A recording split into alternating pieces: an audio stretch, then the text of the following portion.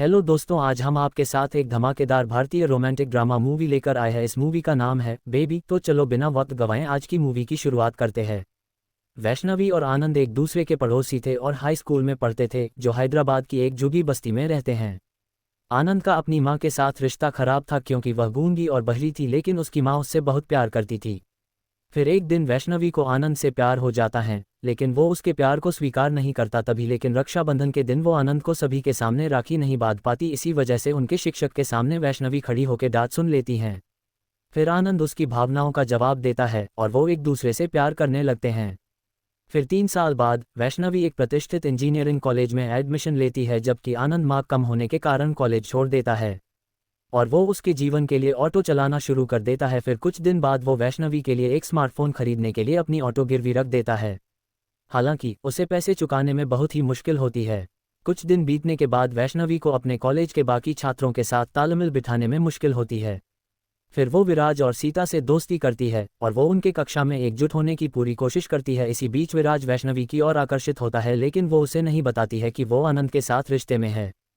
फिर वो अपने नए दोस्तों की आकर्षक और ग्लैमरस जिंदगी में प्रभावित हो जाती है और आनंद के बढ़ते अपमानजनक व्यवहार से परेशान हो जाती हैं। और वैष्णवी आनंद से भावुक होकर अलग होने लगती है और विराज के साथ आकर्षित होकर अपने संबंधों को मजबूत बनाने लगती है। एक दिन विराज वैष्णवी को नया आईफोन गिफ्ट करता है। उसी वजह से उसके और आनंद के बीच बहुत बड़ी बहस हो जाती है।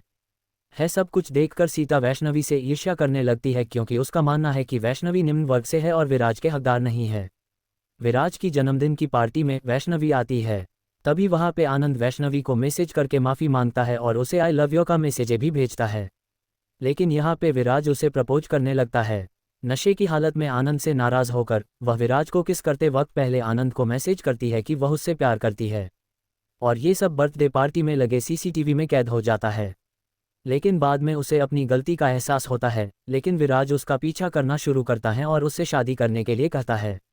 लेकिन वो गुस्से में उसे ना बोल देती है और कहती है कि वो किसी और से प्यार करती हैं।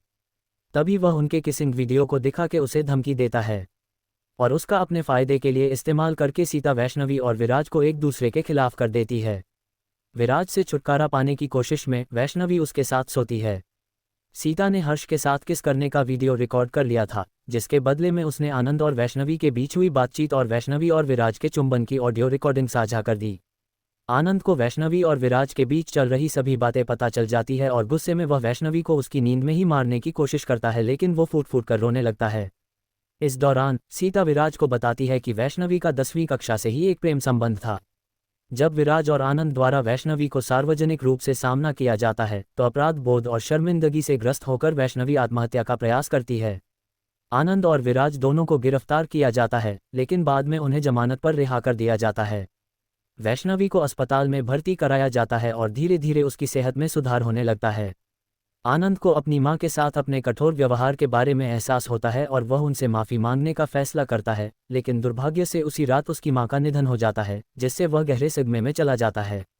अपने पिता की सलाह पर वैष्णवी ट्रेन स्टेशन पर जाती है और वहां आनंद को शराब पीते हुए पाती है, जो भावनात्मक रूप से टूट चुका है। अंत में आनंद एक यात्री को उठाते समय वैष्णवी की शादी के जुलूस में पहुंच जाता है। जैसे ही वैष्णवी और उसका पति घर से निकलने वाले होते हैं, तभी आनंद और वैष्णवी एक दूसरे को देखते हैं और फिर आनंद आंसुओं में डूबकर वहां से चला जाता है। फिल्म आनंद की दर्दनाक भावनाओं और उसके ऑटो में वैष्णवी की बचपन की तस्वीर के साथ समाप्त होती है, जो ये दर्शाती है कि वे दोनों एक दूसरे से गहरा प्यार करते थे, लेकिन जीवन की परिस्थितियां और नियति ने उनके लिए कुछ और ही तय कर दिया था। यह एक 2023 की भारतीय तेलुगु भाषा की रोमांटिक ड्रामा मूवी है, जिसका निर्देशन साई राजेश ने किया है और इसका निर्माण श्रीनिवास कुमार नायडू ने मास मूवी मेकर्स के तहत किया है। फिल्म में वैष्णवी चैतन्य, आनंद देवकोंडा और विराज अश्विन मुख्य भूमिकाओं में हैं और संगीत विजय बुल्गेनिन ने दिया है। तो आपको आज की मूवी कैसी लगी ये कमेंट करके जरूर बताएं। मैं तो इस मूवी को 5 में से 4 स्टार दूंगा। आप इस मूवी को कितना स्टार दोगे ये जल्दी से कमेंट करके बता दो, और जाते वक्त चैनल को लाइक शेयर एंड सब्सक्राइब करना ना भूलें। तो चलो अब मिलते हैं नेक्स्ट वीडियो में, तब तक के लिए बाय बाय।